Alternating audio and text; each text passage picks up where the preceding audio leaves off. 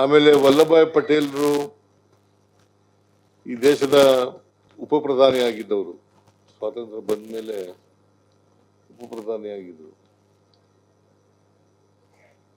ಸುಮಾರು ಸ್ವಾತಂತ್ರ್ಯ ಬಂದಾಗ ನಮ್ಮ ದೇಶದಲ್ಲಿ 562 ಸಂಸ್ಥಾನಗಳಿದ್ದವು.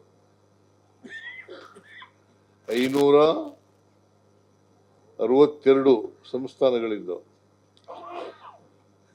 ಬಹಳಷ್ಟು ಸಂಸ್ಥಾನಗಳು ಭಾರತ ಜೊತೆ ಸೇರ್ಕೊಳ್ಳಲಿಕ್ಕೆ ತಯಾರಾಗಿದ್ದವು.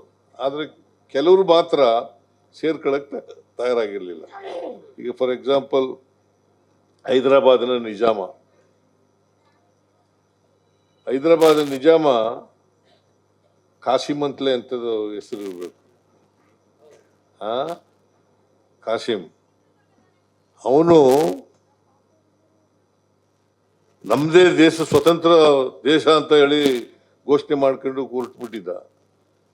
ಅದಕ್ಕೆ ಈ ವಲ್ಲಭಭಾಯ್ ಪಟೇಲ್ರು ಗೃಹ ಮಂತ್ರಿಗಳಾಗಿದ್ರು.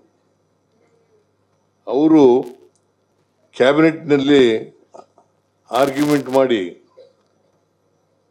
ನನಗೆ ಅವಕಾಶ ಮಾಡಿಕೊಡಿ, ನಾನು ಅದನ್ನ ಭಾರತ ದೇಶದಲ್ಲಿ ಉಳಿಯಾಗಿ ಮಾಡ್ತೀನಿ ಅಂತ ಹೇಳಿದಾಗ ಆಗ ಅವಕಾಶ ಮಾಡಿಕೊಡ್ತಾರೆ.